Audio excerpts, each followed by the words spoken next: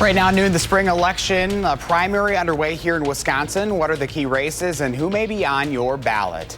Plus, tributes pouring in for the late Reverend Jesse Jackson, how the civil rights leader is being remembered. This is News 3 Now at noon. Thanks for joining us. I'm Josh Breiter.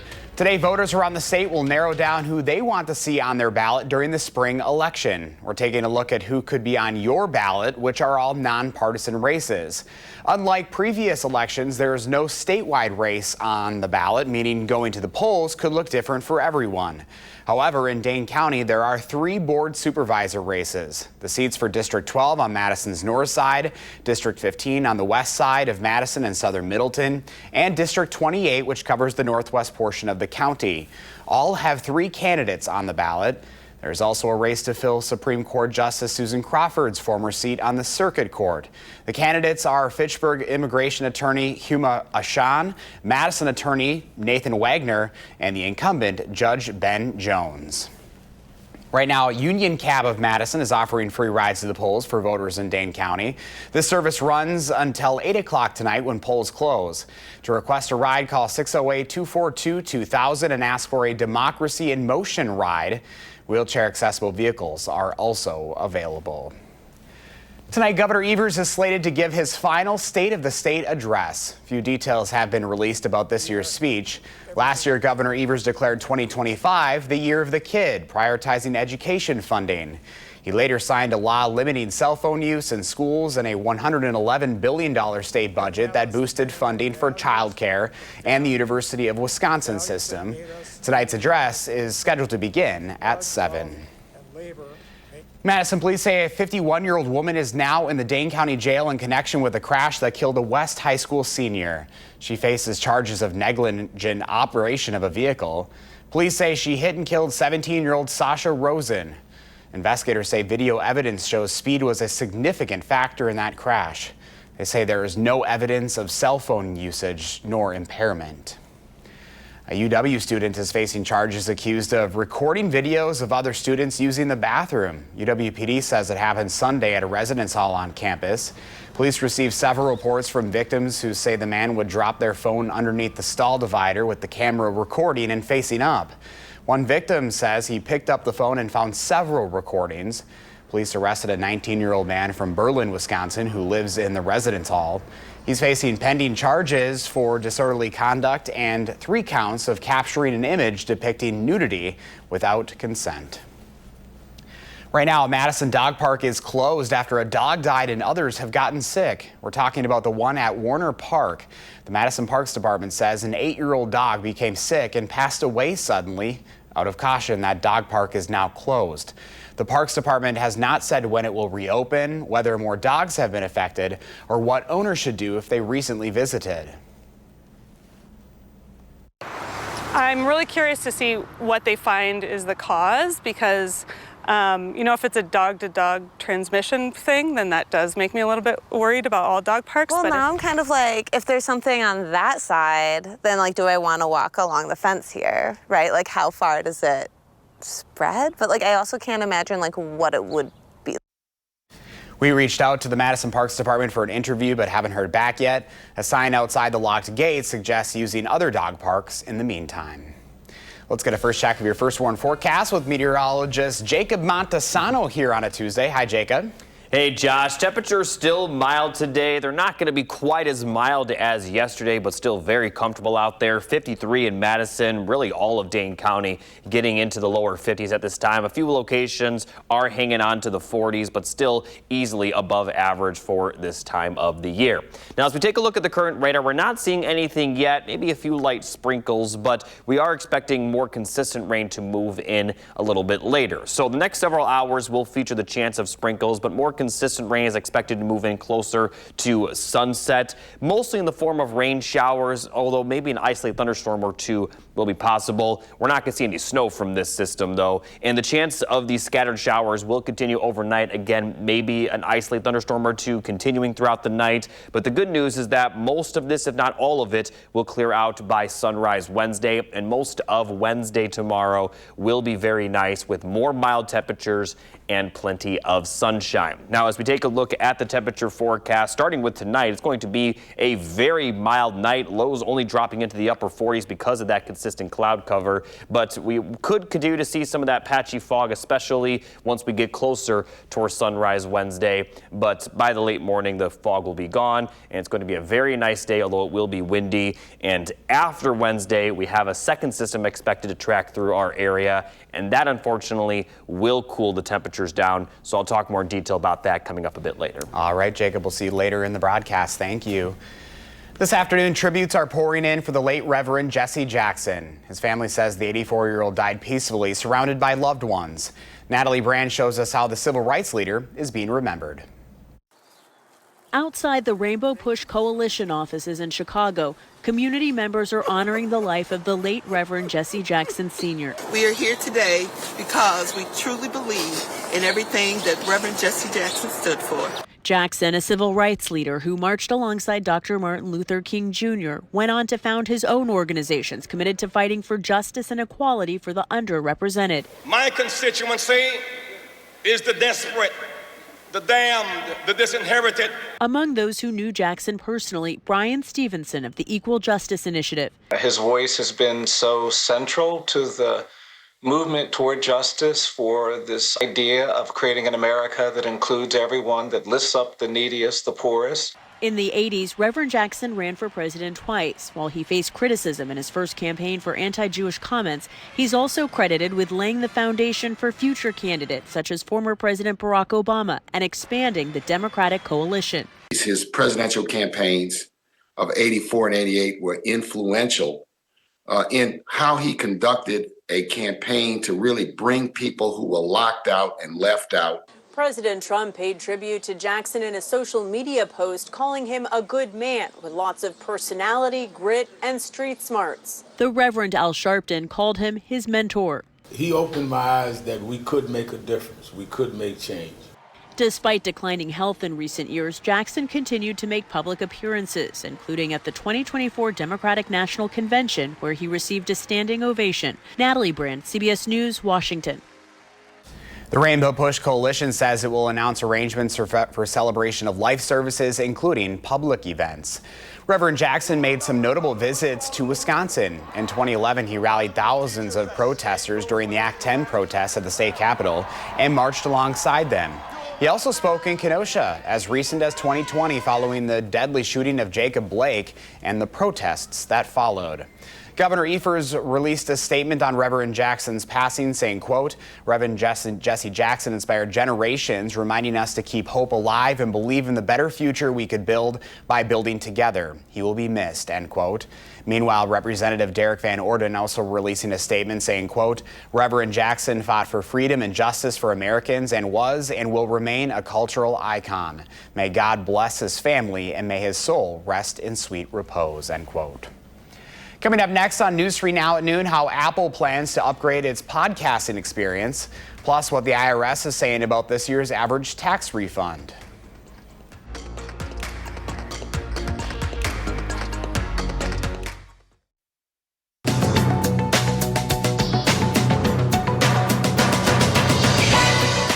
Americans are receiving more money in their tax returns this year. The latest figures from the Internal Revenue Service show the average tax refund is just over $2,200, up nearly 11% from last year's average. Experts say the bump is due to benefits from President Trump's One Big Beautiful Bill, with the biggest increases likely to go to the top 10% of earners. The final average is likely to be higher, as higher earners tend to file later. The deadline to file is April 15th, unless the taxpayer requests an extension. Apple has announced a new push to upgrade its podcast experience. Apple says starting this spring, it will incorporate better technology using HTTP live streaming capability, which the company says will improve quality for users while also maximizing earning potential for content creators. And this is a lucky day. That's because the Shamrock, Shake, and McFlurry are back at McDonald's. Fans only have a few weeks to strike gold, or rather green, because the minty St. Patrick's Day themed frozen treats are only available for a limited time. That's your CBS News Money Watch report. For more, log on to CBSMoneyWatch.com. At the CBS Broadcast Center, I'm Jesse Mitchell.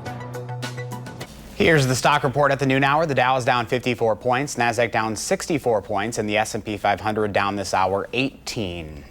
Our Call for Action volunteers are in the building today taking your consumer complaints and taking action on your behalf. Call for action at 608-270-2833 or submit a claim anytime at channel3000.com/call-for-action. Pam is back with today's farm numbers up next, and Jacob is here tracking the first warn forecast. Then later on Live at 4, continuing coverage of Governor Evers' final State of the State address happening tonight.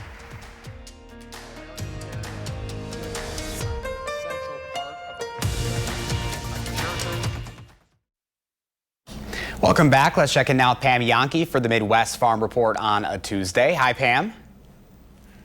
Hi, Josh. So the three-day weekend give folks out in Washington, D.C. a little opportunity to digest what they got done on Friday. First of all, on Friday, U.S. Department of Agriculture released the final $1 billion for the Farmer Bridge Assistance Program. This is going entirely for specialty crops, and the line of crops that qualify is very long. So if you're in the specialty crop business, please check in with your local county farm service agency office and see what you might qualify for. On Friday, they also decided that they are moving one step closer towards getting a farm bill done, an honest farm bill. Some of the items that are being considered include taking a look at the labor situation for production agriculture and making sure that we can have legal employees year-round. That's big for dairy. Proposition 12, you remember California put that in place, specifically telling farmers how they can and cannot raise hogs, veal calves, as well as poultry. They're looking to fix that in the farm bill. And more energy going towards rural Wisconsin, rural health care, rural nursing homes, fire departments, and also child care. All those items included in the 2026 Farm Bill. They want to mark it up by February 23rd. The other item that's kind of good news for Wisconsin potato producers, you've heard the phrase, don't reinvent the wheel. Well, apparently Walmart got that idea from the potato producers. Our Wisconsin potato producers and their Healthy Grown program fits the bill for Walmart. They decided instead of putting in their own protocols, they are going to follow the guidelines that potato producers in Wisconsin put forward under Healthy Grown. Basically, it means that they are going to be certified as being sustainably raised with minimum impact on the environment and minimum use of commercial fertilizers as well as pest control. So Walmart's saying if you've got the Healthy Grown label on it, good enough for us. Let's talk a little bit quick about calendar items. For those that are involved in the beef industry or want to be involved in the beef industry, it's exciting time, right? Wisconsin Cattlemen's Association's got their winter meeting coming up on Saturday, February 28th. It's all in for a day, and you can join us. That's going to be at the Lodge in Mauston from about 9 a.m. with registration into the evening hours with some of their awards. If you want to join us, please jump online, wisconsincattlemen.com to get registered. Find out more about the rest of the day's programs. That's Saturday, February 28th. All right, how are cattle trading? Let's take a look. A lot of conversation in the marketplace about how our beef cattle herd is not growing as rapidly as we might have liked. That is also going to continue to impact not only the price you pay at the grocery store, but it makes it a little bit challenging for farmers that maybe sold their beef animals and now would like to buy more beef animals to raise them up and go back into the marketplace. The big question is, if I buy cattle at an elevated price today, I have to feed them for a couple months. Will I be able to get out of the market a little bit of profit at these escalated levels? I've heard a lot of conversations about that, and part of the reason why I bring up the Wisconsin Cattlemen's Winter Conference on the 28th.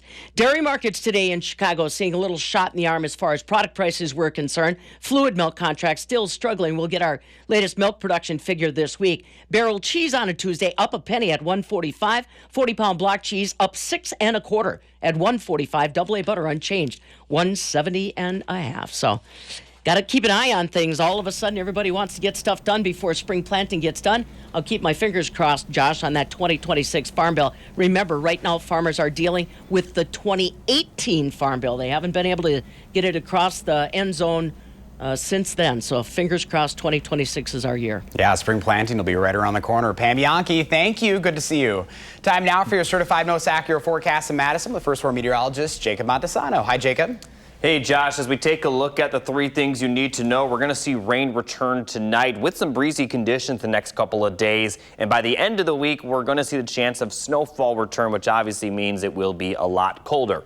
So for the next several hours, some sprinkles are possible, but a little bit more consistent rain is expected during the evening and overnight. Could even see a few isolated thunderstorms with this. And the good news is that it's mostly going to clear up before sunrise tomorrow. Some areas may see some lingering rain, but tomorrow we'll see sunshine early and often with very mild temperatures, maybe a little bit more cloud cover later in the day for areas north, as there could be a little bit of some light rain or snow for central Wisconsin. Most of the area, though, should be dry for most of Wednesday and Wednesday night. Now, Thursday, kind of similar to today, where we're going to start out cloudy and relatively dry with rainfall later in the day. However, for Thursday, it looks like it will move in a little bit earlier than the rain we're expecting this evening, and it looks a little bit more likely right now for Thursday, as we'll see scattered showers and once again a few isolated thunderstorms. And then once we get towards the overnight hours, looking off to the west, areas near the Mississippi could be seeing some snowfall earlier than the rest of the region. But overnight Thursday, that rain is going to transition to snowfall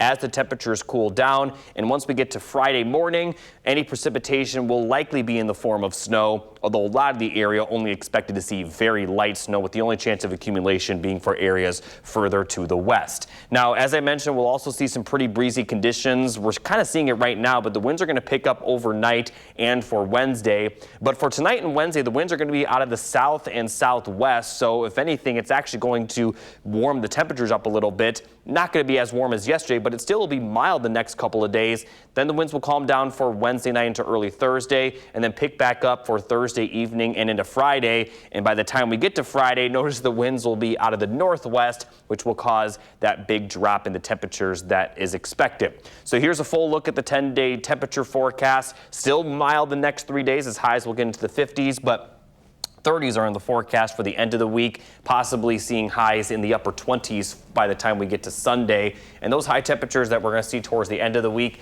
they're a lot closer to average than what we've seen lately, so it's kind of going to be a little bit of a reality check. Now, as far as the snowfall goes, again, we could see some minor accumulation for areas west of Madison, but I do expect most of the area not to see much more than maybe a half inch. But right now it does look like we will see at least a chance of some light snow. Then we'll be dry to start next week with more precipitation chances for the middle of the week. So the next couple of days are still going to be pretty nice, especially tomorrow, where a lot of that rain will be gone very early. It will be windy, but it will be sunny and mild tomorrow before we do see those temperatures begin falling Thursday night into Friday. It's still February after. Thank you. Up next, Angie Edge from Dairy Farmers of Wisconsin returns. She'll show us a fun appetizer to try out at your next get-together. We'll be right back.